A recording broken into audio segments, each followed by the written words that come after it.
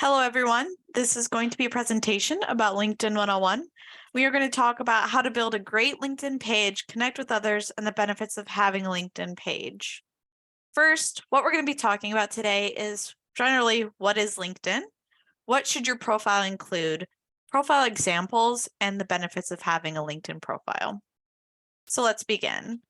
The first thing is, what is LinkedIn?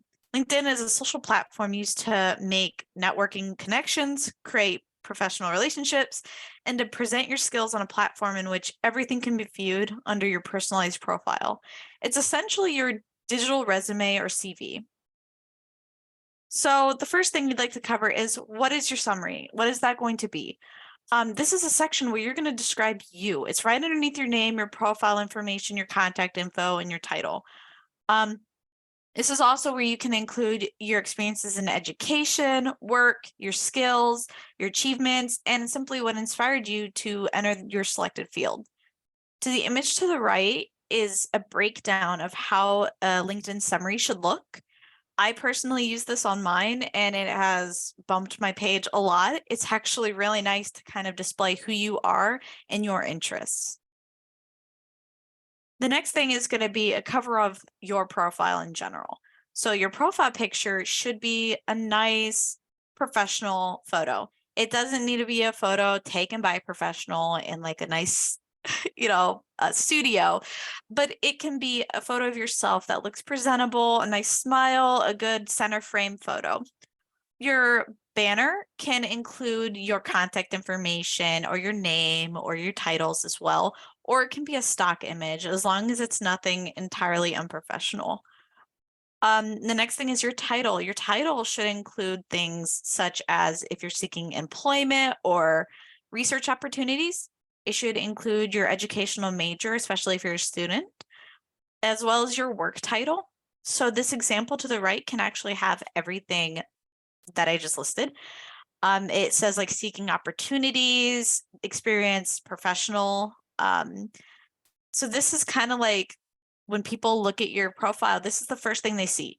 So they're immediately going to see who you are, what you do, and what you want. So that is a great setup for your profile. Next thing is your work experience. This section represents your current and past work experiences. The company in which you work for may be selected from the list so future employers can view the company.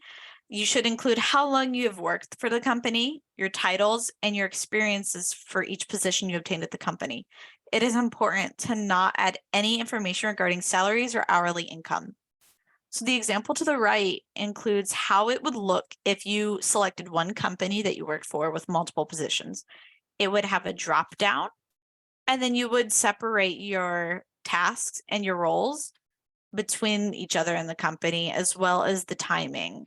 This allows a breakup. So it's not all of your roles and what you do with the company all jammed into one. It separates it. It's also important to acknowledge that we should only have about 3 to 4 max bullet points underneath of what you do for all roles. So make it as concise as possible. So it's not too lengthy, it's not too long. Next, we'll be going over education history. This is where you're going to outline all of your education. The one thing though is you should be adding your college level history and not your high school education. So this should include timeframes, the degree you have obtained or you are obtaining, activities such as being as an IDEA Student Society member, and your GPA. You can include any other extracurricular activities that you are also a part of or any other clubs that you are a part of. To the right is an example from Kristen Kripp, our former president of IDEAS. So she has on here both of her degrees that she has obtained from ASU, the time frames, the GPA for both. It actually will give you a drop-down option to add your GPA grade in there as well. She also has her titles of the degrees, the bachelor's, the master's, etc., whatever the title is, and then the concentration of what actually your degree was. She also has activities and societies listed under. She has what she did for ACE. She did undergraduate researching. So there is all of this that you can add under there. It doesn't need to be huge or massive, but it just includes what you did at the university. Next thing is going to be certificates and licenses. In this section, you should include any and all certifications or licensing you have acquired. You should include when the license/certification was awarded and the credential ID for the verification. So companies can look at your profile and make sure you are credited, that you do have this license and that you're not just saying, yeah, I have the certificate. They can actually see if it's active and if it has expired or not. If you are concerned about having certifications or licenses and you don't have any, there are several different sites that offer that. Google offers it, LinkedIn also offers it, some of them free, some of them you have to pay for. You can also use Coursera. There are a lot of different places where you can do this. The Red Cross has it as well.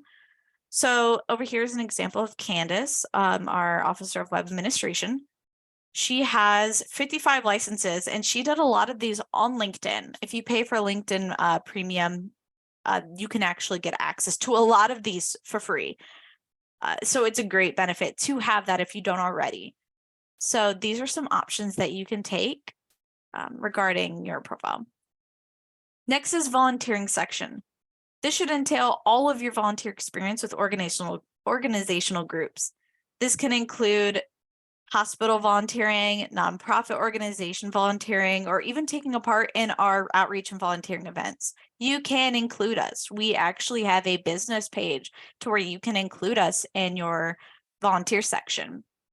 To the right is an example from my page of a couple of the volunteering things that I have done, the time frames, what it was for. There'll be a drop down for like, was it educational? Was it medicinal? Or there's a couple other options for what it could be. And I just put that it was educational for everything, as that's my volunteer experience. It is important to also add the roles that you did. What did you do while volunteering? So that is all each there, and you can separate it into each company as well. Next thing is skills. You should incorporate your skills 100% into your profile.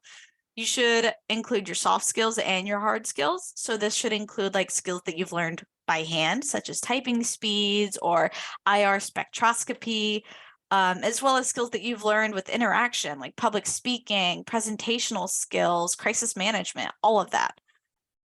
To the right is an example from Anise Fairbanks, our Officer of Event Management. In the skills section, you should incorporate all of your skills. This should include your soft skills and your hard skills. So for example, skills that you've learned with your hands, such as typing speeds or IR spectroscopy, as well as skills that you've learned with interactions with people, like public speaking and presentational skills. This should all be incorporated into your profile. To the right is an example from Anise Fairbanks, who is our Officer of Event Management. She has put on hers presentational skills, public speaking, Microsoft PowerPoint. All of these are great things to have on your profile. And the cool thing about this part of your profile is that people can endorse you. So I can go to this profile and say, yeah, this person absolutely can do this skill, and you can check mark it. And that will show that they have backup, that they can do the skill. You can also assign the skill to wherever you have presented the skill at. For example, presentational skills, I could add to my profile and add that I do this at Ideas Student Society, and it will show up on your profile as such. Next thing is courses. You should add your course history. This is a very underestimated section because it shows the great lengths you have taken to prove your academic strengths, especially as an online student. Add your courses, especially ones that are relevant to your career goals.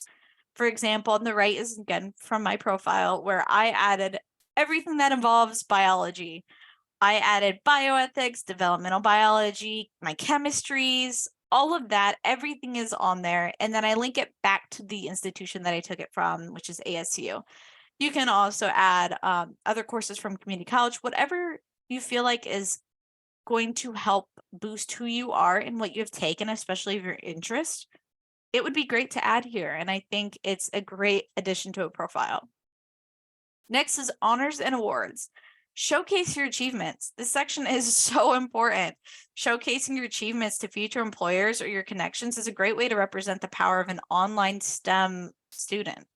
Add your Dean's List awards, your scholarships, everything, add them all. They are just such a great thing to be like, hey, I won this scholarship. That was me. My thing that I sent in did it all. They loved it. So like, you should be presenting that to everybody that you won something. That is fantastic. And that you've put in great lengths of effort to get this award. To the right is an example of one of our alumni, Melanie. She has a couple of awards and honors listed.